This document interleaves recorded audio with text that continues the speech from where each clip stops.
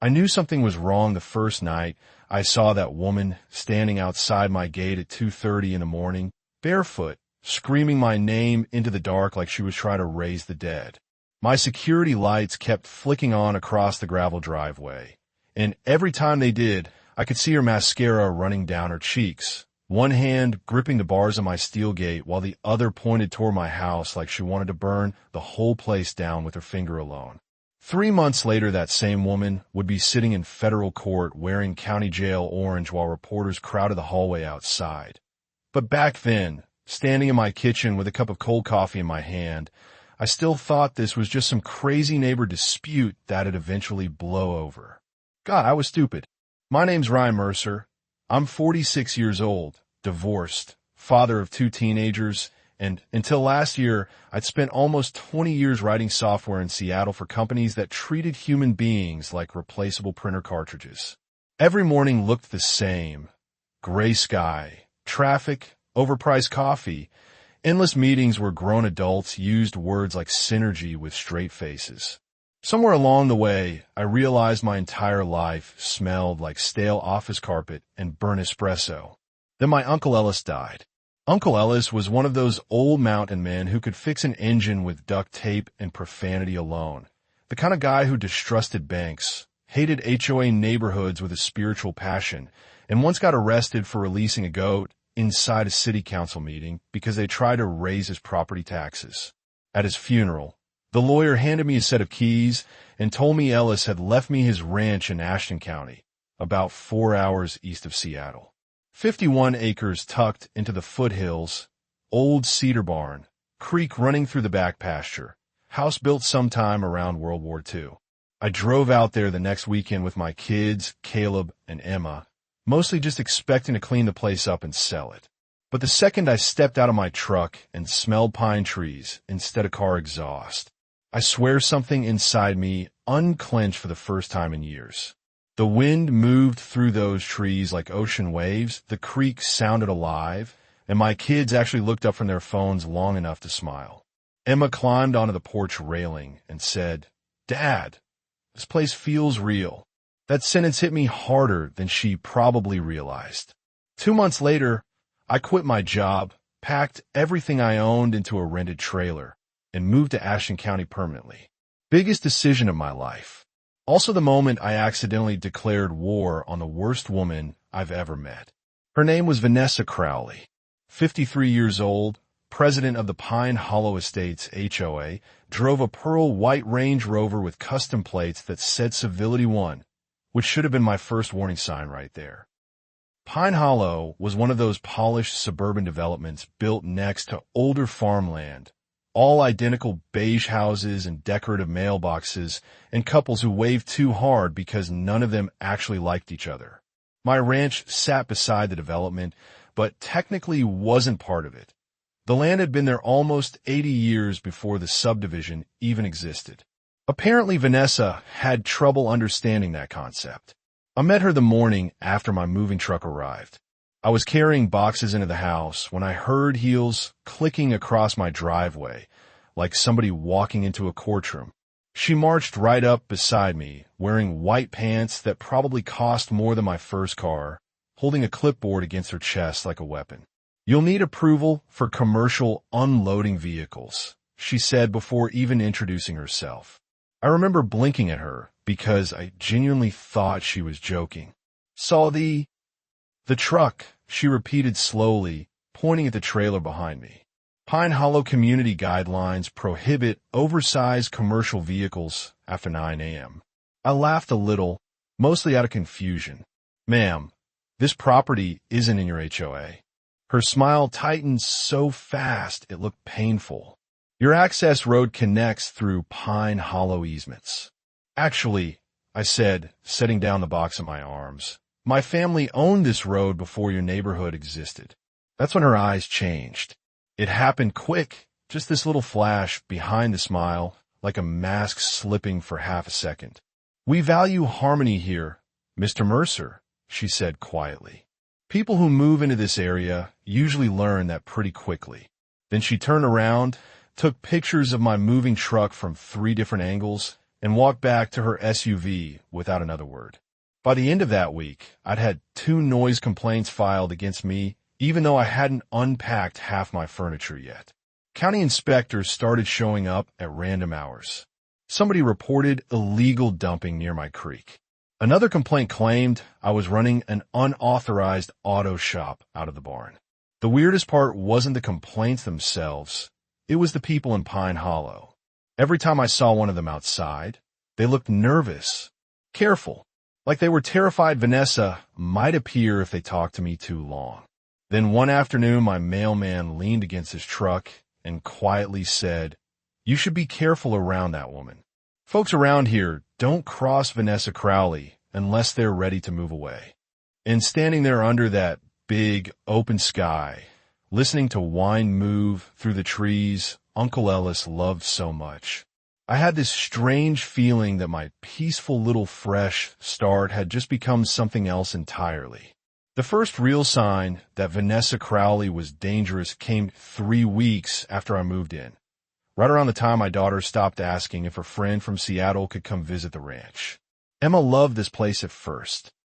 She'd sit on the porch swing at sunset with her sketchbook while Caleb tried teaching himself guitar out in the barn, and for a little while I honestly believed we were healing out there. Divorce does strange things to a family. It leaves this invisible smoke hanging over every room, even during good moments.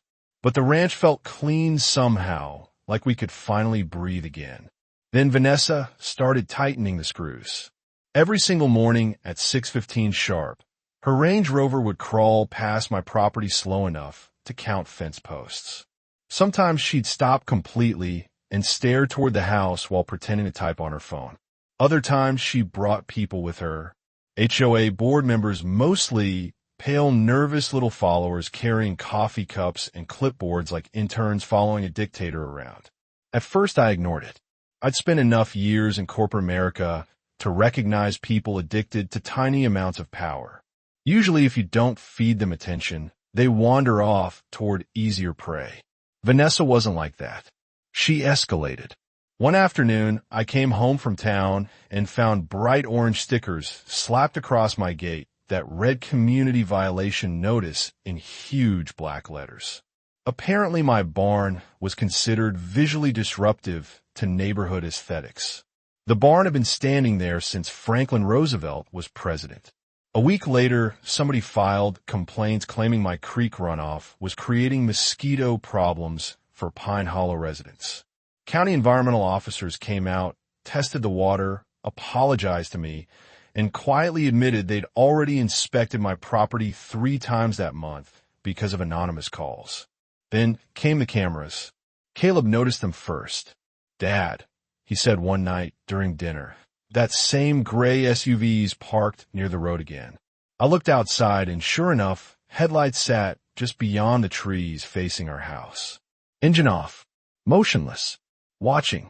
I walked halfway down the driveway with a flashlight and the SUV peeled off immediately, tires spitting gravel. Next morning, I installed security cameras around the property. Honestly, mostly for peace of mind, but deep down I think I already knew things were heading somewhere ugly. 2 days later, I got my answer. My son was outside practicing guitar near the barn when Vanessa walked right onto the property without permission. Caleb came into the kitchen looking confused more than upset. "Dad, some lady was asking me questions about Mom." I felt my stomach drop. "What kind of questions?" "Just weird stuff," he shrugged. "Like if you get angry a lot, if we feel safe living here, if you drink." That cold feeling spread through my chest immediately. I walked outside and found Vanessa standing beside my fence, taking pictures of the barn with her phone. "You need to leave," I told her. Calm voice, calm face. Years of corporate meetings taught me how to sound composed while furious. She smiled without looking at me. "Concerned neighbors have a right to protect community safety. You question my kid. Children say interesting things when adults aren't manipulating them." That sentence right there. That's the moment I stopped seeing her as an annoying HOA president and started realizing something was deeply wrong with this woman. "Get off my property," I said again. She finally turned toward me, and I swear there was enjoyment in her eyes. Real enjoyment. "You know what your problem is, Ryan?" she asked softly. "Men like you move out here thinking land makes them independent, but communities decide who belongs." As she walked back toward her SUV like she'd just delivered some profound truth instead of sounding completely insane. That night, I couldn't sleep. I sat on the porch with a beer listening to coyotes out in the hills while all those little warning signs started lining up in my head. The fear in my neighbors' faces, the constant complaints, the surveillance, the obsession with control. Around midnight, my nearest neighbor finally came over. His name was Daniel Ruiz, contractor, probably mid-40s, rough hands, looked permanently exhausted. He kept glancing toward the road while we talked like he expected Vanessa to materialize from the trees. She did the same thing to the Parkers, he told me quietly. Before them, it was an older veteran named Howard. Before him, a couple from California. What happened to them? Daniel laughed once without humor. They left.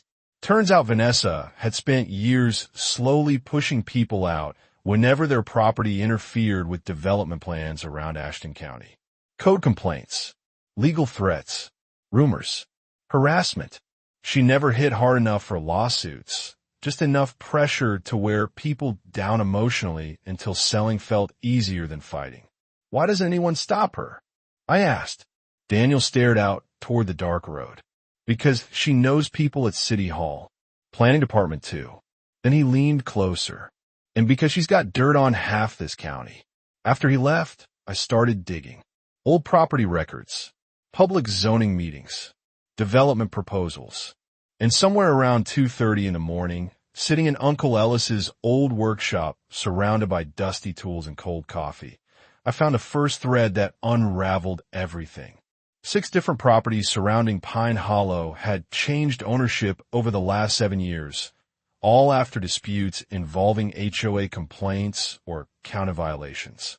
Every single parcel later got sold to the same development company, Blackstone Land Partners. Then I checked business registrations.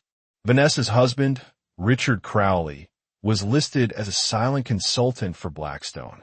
I actually laughed when I saw it, because suddenly the whole thing became obvious. This wasn't about community standards. This woman had been using the HOA like a weapon to pressure people into selling valuable land. In my ranch, 51 acres bordering expanding suburb development, was probably the biggest target she'd ever seen. The next morning, Vanessa herself confirmed it. She showed up while I was repairing fence posts near the creek, dressed like she was heading into a board meeting instead of muddy pasture land. "You're making this harder than it needs to be," she said. No fake smile this time. No friendliness at all. Just cold irritation. "I think we both know why you're really here," I replied. Her expression barely moved, but I caught it. That tiny flicker. "Mr. Mercer," she sighed, "this county is changing. Families want modern communities, shopping districts, safer infrastructure. People like you hold progress hostage because you're emotionally attached to dirt. My family's owned this dirt since the 40s. And," she snapped suddenly, "do you know how much money developers would pay for this land?" There was finally honest. Wind moved through the trees between us while she stood there staring at my ranch like she already owned it. "You really think you can scare me into selling?" I asked. Vanessa smiled slowly then, not warm, not friendly, just sharp. "No," she whispered. "I think eventually I can make staying impossible." Then she walked away, and standing there beside the creek with mud on my boots and hammer still in my hand, I realized this wasn't neighbor drama anymore. This was war. War changes you faster than you realize. One minute you're just a tired divorced guy trying to rebuild his life in the mountains. Next thing you know, you're sitting in a dark barn at 1 a.m. learning county corruption laws from a criminal attorney while security footage uploads onto 3 encrypted hard drives. That became my life for almost 4 months. Daniel introduced me to a lawyer named Nora Whitaker, This sharp little woman from Spokane who looked harmless until she started talking about property law like it was a blood sport. She took one look at my stack of violation notices and actually laughed. "This woman's either incredibly confident," she said, flipping through the paperwork, "or incredibly stupid." Turns out Vanessa had crossed legal lines years earlier. Nobody had ever pushed back hard enough to expose it. Nora helped me start documenting everything. Every complaint, every trespassing incident, every suspicious vehicle parked outside my property. We built timelines, cross-referenced zoning approvals, tracked development purchases connected to Blackstone land partners. And the deeper we dug, the uglier it got. Vanessa and her husband weren't just pressuring homeowners. They were targeting specific properties, blocking future luxury developments around Ashton County. Older residents mostly. Families without money for legal battles. People easy to isolate. The worst part was realizing how coordinated it all felt. County inspectors somehow always appeared after HOA complaints. Permit delays magically hit homeowners who resisted selling. Rumors spread through town about people being unstable or dangerous right before developers approached them with low offers. It was psychological warfare wrapped in paperwork and neighborhood smiles. Then Vanessa made her biggest mistake. She went after my kids again. Emma called me crying one afternoon while I was in town buying lumber. Someone had followed her and Caleb home from school. Gray SUV. Same one we'd seen parked outside the ranch. "Dad, they were taking pictures of us," she whispered through tears. Something inside me snapped right there in that hardware store parking lot. Not loud, not dramatic, just cold, controlled. Belmano. I drove straight home, pulled security footage, and finally caught a clean image of the driver stepping out near a mailbox earlier that week. Richard Crowley, Vanessa's husband. That night, I called Nora, and for the first time since this nightmare started, she sounded genuinely alarmed. "Ryan," she said quietly, "they're escalating because they're desperate." Turns out Blackstone had already secured preliminary approval for a massive commercial expansion project, but my ranch sat directly in the middle of the planned access corridor. Without my land, the entire deal stalled. Millions of dollars hanging on whether they could force me out. Suddenly, every bizarre complaint and intimidation tactic made perfect sense. Vanessa wasn't crazy, not entirely anyway. She was drowning, and drowning people pull everyone down with them. 2 nights later, she completely lost control. Around midnight, my motion alerts exploded across my phone. I rolled out of bed, checked the camera feeds, and saw 3 figures moving near the barn carrying gasoline cans. My heart damn near stopped. Flames destroy evidence. Flames erase history. Flames turn family homes into insurance paperwork.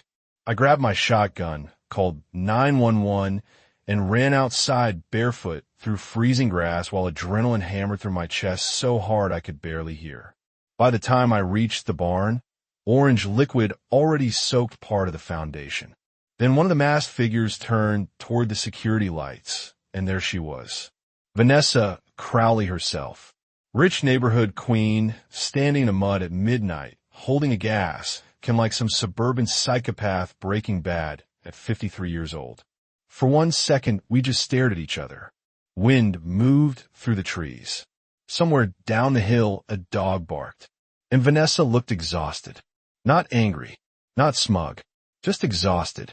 "You ruined everything," she said softly. I remember honestly not knowing what she meant at first. Then she started crying. Real crying this time. Messy, shaking, completely unraveling. "Do you have any idea how much money we owed?" she screamed suddenly. "Do you know what happens if his project dies?" The other 2 men bolted toward the woods the second they heard sirens in the distance. Vanessa didn't even move. She just stood there beside my barn with tears running down her face while red and blue lights started flashing through the trees below the ranch. "You could have just sold," she whispered one last time. Deputy units took her into custody right there in the driveway. And somehow that wasn't even the craziest part. The craziest part came later, after the investigation exploded. Federal auditors uncovered fraud tied to Blackstone. County officials resigned. Development permits vanished. 3 separate lawsuits surfaced from families Vanessa had harassed over the years. Once people realized someone was finally fighting back, everybody started talking at once. The entire thing collapsed like rotten scaffolding. Vanessa took a plea deal eventually. Fraud, conspiracy, harassment, attempted arson.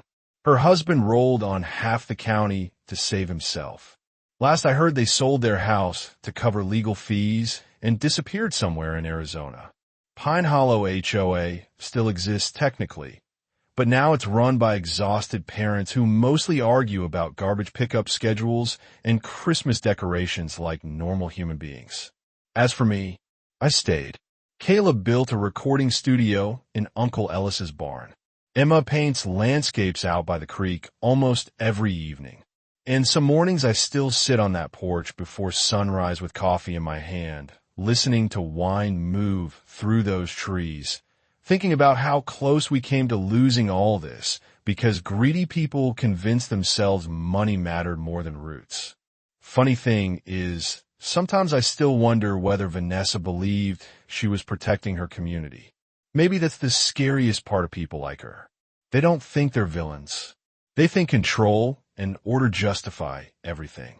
Even fear, even cruelty, even destroying families. So now I want to ask you something.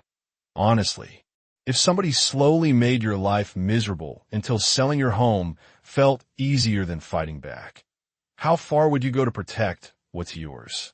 Would you leave peacefully, or would you fight no matter what it costs you? Drop your thoughts in the comments, because after everything that happened out here in Ashton County, I'm not even sure anymore where the line between survival and obsession really is.